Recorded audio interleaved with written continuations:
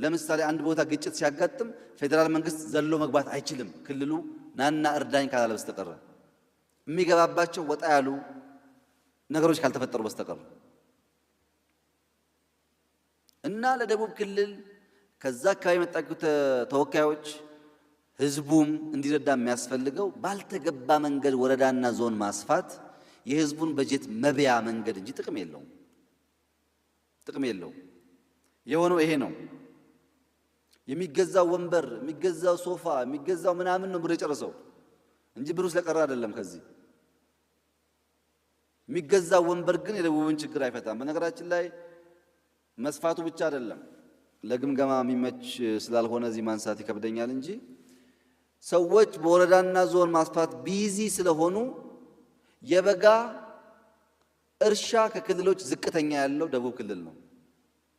ማን ይስራው? ቢዚ ናቸው። ወንበር ሲገዙ ጨረታ ሲያወጡ እነሱ ስራ ላይ ናቸው ያሉት። ይሄን እዛው ማስተካከል ያስፈልጋል። የደቡብ ክልል በጣም ጠንከር ያለ ግምገማ አድርጎ ማስተካከል አለበት። በፌደራል በኩል ማክሲመም ጥረት ተደርጓል። አሁንም ማዳበሪያው ዘንድሮም ሊቀር ሲል እንዳይቀር ተብሎ በልዩ ውሳኔ በብድር እንዲሰጥ የተደረገ ማስተካከል አለበት ክልሉን ደግሞ አልፈን ልንሰራ ብንሞክር እናንተም ኮሽ አትሉም። የክልል ጥያቄ አልተመለሰም ምናምን አልተመለሰም የምትሉት እኮ እናንተ ናችሁ። ህግ አክብረን ካልሰራን በስልጣናችን ልክ ካልሰራን ስህተት ነው ብለን ዘለን ብንገባ አይሆንም። እና ደቡብ ክልል ላይ እንዳላችሁት ችግሩ አለ። የችግሩ መነሻ ግን ደሞዝተኞች እያበዙ ደሞዝተኞቹ የሚሰሩትን ስራ ግን እያሳነሱ ስለሄዱ ነው።